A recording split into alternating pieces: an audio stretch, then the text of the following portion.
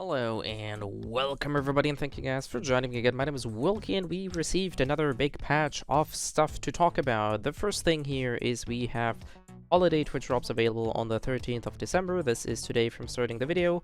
And while I personally don't stream as of right now, I'm not sure if I'm going to be streaming at all this year or maybe next year. There's plenty other streamers, so feel free to check out any of my fellow content creators.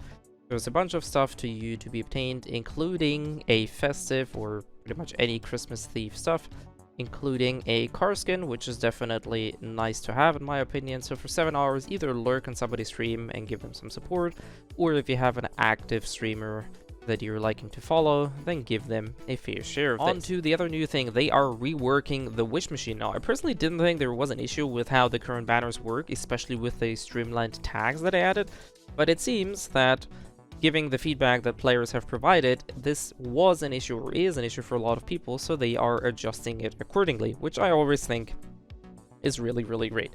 This will also happen on the December 19th, so as I said, the December 19th patch, if it actually goes launched on that date, is heavily packed with new stuff. So how this currently works is, if you see my screen, we currently have 4 banners plus the Echoes of the Rift. Now, going forward, we no longer will have those 4 fixed banners per server, but instead, every 2 weeks, there will be a prize pool of 2 weapon pools and 1 armor pool. So meaning 3 pools, or 3 new wish machine banners every 2 weeks. Each of these will be available for 3 weeks, so there should be an overlap on from week 2 to 3, we should have in total 6 banners. 4 for weapons and 2 for armor, because we will have this 2-week period overlap. Now, I'm not sure if this is intended or not, because I can see this being quite cramped. I do like the idea of having a bit more time of running some stuff. The long-awaited is the discounted role that you can go for if you've never played the wish machine. And from the way they wrote this here, I feel like this is gonna be going away. I'm not sure about this. This is just my guess from reading the way it is, because they mentioned it that even if you don't use the long-awaited, you're going to be getting Echoes from the Rift. Echoes from the Rift is essentially the permanent banner that you cannot run out of. You just re-roll every 10,000 Starcrom, or if you want to, you can spend 2,000 Starcrom and reset the banner manually. So this is the one that if you have nothing else left to spend your Starcrom on, you just dunk it in here, though it's typically not the most effective thing, unless you really have nothing else to spend your Starcrom on. What's interesting is that for the servers that launched before the December 19th maintenance, which is our server, my server, and pretty much anybody's server that we're currently on, they will keep the original season phase-based prize pools. That means we're gonna have our 4 banners from the original server, plus the 2 new weapon and 1 new armor wish machine banners coming up. Luckily, I didn't spend any of my banners yet, so I'm going to be curious how packed the wish machine is actually going to be looking like in 1 week from now. And even better, they spoiled us with the new update, or rather the new banners that we're going to be getting on December the 19th.